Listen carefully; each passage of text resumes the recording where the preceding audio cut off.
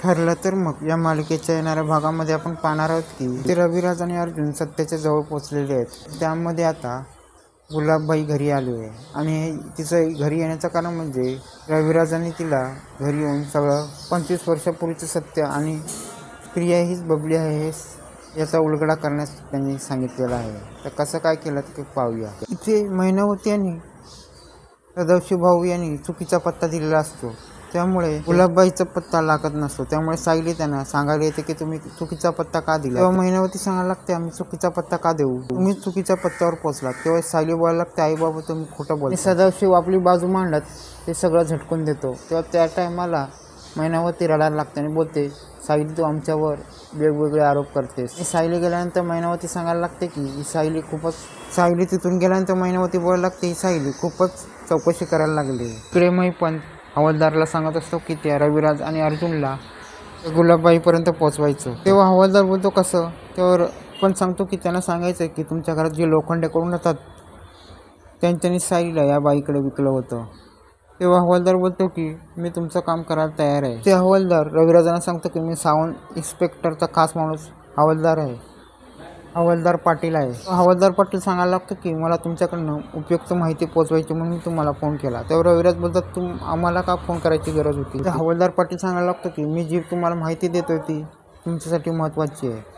रविराज सांगतात द्या ती काय ती माहिती। तर हवालदार पाटील सांगायला लागतो तुमच्या घरात जे लोखंडे आहे ना, उभेदार घरात जे लोखंडे कुटुंब आहे ना, त्यांनी सायलीला 5 वर्षाची असताना विकली होती। तेव्हा रविराज बोलतो काय बोलताय तुम्ही। रविराज सांगतात की कोणत्या बाईला विकली गेली होती ती तुम्ही सांगू शकता का। तेव्हा पाटील हवालदार बोलतो मी सांगू शकतो। पाटील आता तेच करतो जे महिपंदे त्याला करायला सांगितलं असतं आणि त्या गुलाबबाईचा पत्ता रविराजांना तो देतो। आणि ती गुलाबबाई अशी आहे की ती मुलांना विकत घेते आणि ती मुलांना चोऱ्या करायला लावते आणि त्याचबरोबर घाणेरडी कामं करायला लावते। त्याच टायमाला रविराज पेटून उठतात आणि बोलतात की ही माहिती मला सायलीपर्यंत पोहोचवली पाहिजे। इकडे रविराज अर्जुन आणि चैतन्य यांचं डिस्कशन चालू असतं। तेव्हा अर्जुन रविराजांना सांगतो की गुलाबबाईचा जो ॲड्रेस दिला होता तो चुकीचा होता। तेव्हा इथे रविराज सांगायला लागतो की तुमच्या घरात जी लोखंडे बाई आहेत तेच ह्या सगळ्यामध्ये चुकीचे आहेत, त्यामुळे ते चुकीचाच पत्ता देऊ शकतात। आणि रविराज सांगायला लागतात की लोखंडे परिवारांनी 25 वर्षापूर्वी या सायलीला त्यांना गुलाबबाईला विकलं होतं। तेव्हा इथे चैतन्य बोलतो की तुम्ही काय बोलताय। तेव्हा चैतन्य बोलतो मला वाटतं हे लोखंडे परिवार फ्रॉड आहे आणि ह्या लोकांना या घरातून हाकलवलं पाहिजे। त्याच दिवशी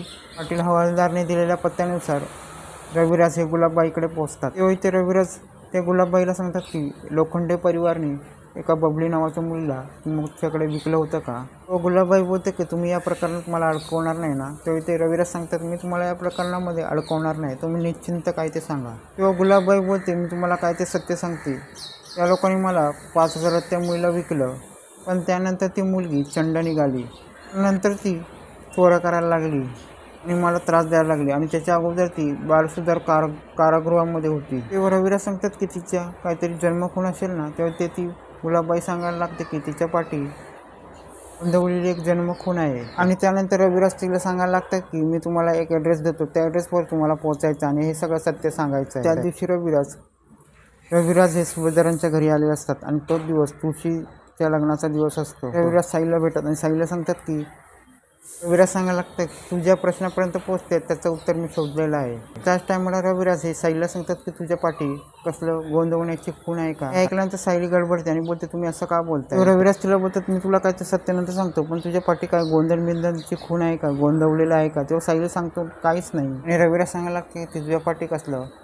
देवादेवीचं चिन्ह आहे का। तेव्हा सायली सांगते की नाही हे सगळं गोंधवलेलं हे प्रियाच्या पाठी आहे। हे ऐकल्यानंतर रविराजांना धक्का बसतो ते बोलतात की जी त्या गुलाबबाईंनी सांगितलेली खूण ती प्रियाच्या पाठी कशी आहे। हे सगळं झाल्यानंतर रविराज गप्प बसतात आणि ते आता गुलाबबाईच्या येण्याची वाट पाहत असतात। त्यानंतर गुलाबबाईची एंट्री होते आणि गुलाबबाई बोलायला लागते की तुम्हाला या सायलीचं सत्य सांगणार आहे। तेव्हा टायमाला इथे मैनावती बोलायला लागते की गब्बस सायलीला धक्का बसतो हे काय चाललंय। तेव्हा इथे गुलाबबाई बोलायला लागते की त्याच टायमाला गुलाबबाई सांगायला लागते की ही बबली 5 वर्षाची असताना ह्या मैनावती आणि सदाशिव भाऊनी मला विकली होती, ती पण 5,000त। पण ही मुलगी चंड निघाली आणि ही चोरामारा करायला लागली आणि मला त्रास द्यायला लागली होती। तेव्हा ते रविराज सांगायला लागतात की आपल्या मुलीला 5 वर्षाची असताना विकतात ते आई वडील कसे असू शकतात। आणि त्याच टायमाला रविराज सांगायला लागतात की त्या गुलाबबाईंनी सांगितल्यानुसार या बबलीच्या पाठी याने एक गोंधवलेली खून आहे. ते रविराज बोलतात की मला सायलीकडनं कळलं की ही खून ही प्रियाच्या पाठी मागे आहे. त्याच टाइम मला सायली बोलायला लागते की हो, प्रियाच्या पाठी गोंधवल्याची खून आहे. आणि तेव्हाच गुलाबबाई सांगायला लागते ज्या मुलीच्या पाठी गोंधवण्याची खून असेल ना, तीच माझी खरी बबली, कारण की ती माझ्याकडून चोऱ्या माऱ्या करून पळाली होती. गुलाबबाई सायलीकडे बघते आणि बोलते की ही इतकी साधी आणि अशा स्वभावाची मुलगी ही बबली असू शकत नाही. त्यानंतर ती प्रियाकडे बघते आणि ती बोलते ही बबली असू शकते, कारण की हिचा स्वभाव सेम तसाच आहे. काही दिवसापूर्वी ही मुलगी माझ्याकडे चौकशी करायला आली होती आणि तेव्हा मला कळलं नव्हतं, पण आता मला कळलं. पण आता गुलाबबाईने खूप मोठा गौप्यस्फोट केला. आता पुढे काय होणार पाहणे रंजकच होणार आहे.